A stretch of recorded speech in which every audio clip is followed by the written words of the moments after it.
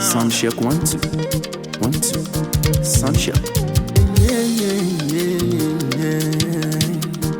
Ọkàn mi yọ nínú Olúwa mi, Ọlọ́run.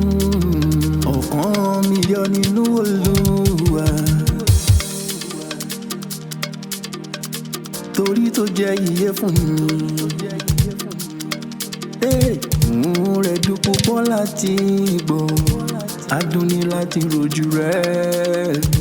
Emi yọ nínú rẹ̀, Emi yọ nínú rẹ̀. Gba gbogbo ló fi ayọ̀ fún ọkàn mi, torí tèmi yọ nínú rẹ̀. Ò tí wà mí pẹ́ kí tó mọ̀, gbà tí mo rìn jìnnà ságbo. Kò gbé mi wá sílé lápá rẹ̀, níbi tí pápá tutù wá.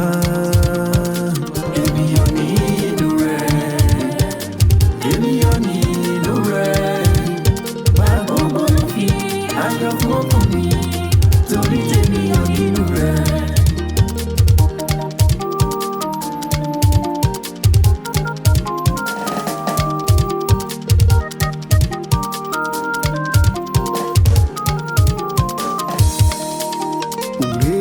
Àtànú rẹ̀ yí mi ká, oró fẹ́rẹ̀ ṣàn bí odò. Ẹ̀mí rẹ̀ tọ́ ó sì ṣe túnú, ó bá mi lọ sí bikibi.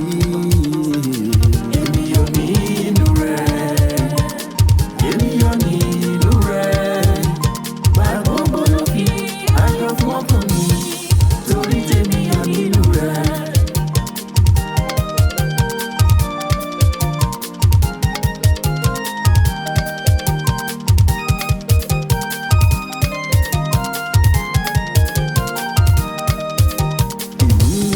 Dabi rẹ̀ lọ́jọ́ kan, ó sẹ́rù wíwo mi kalẹ̀. Títí gbana ọjọ́ ló ti tọ̀, ní ṣíṣe ọ̀ṣọ́fàdé rẹ̀, Ọlọ́run.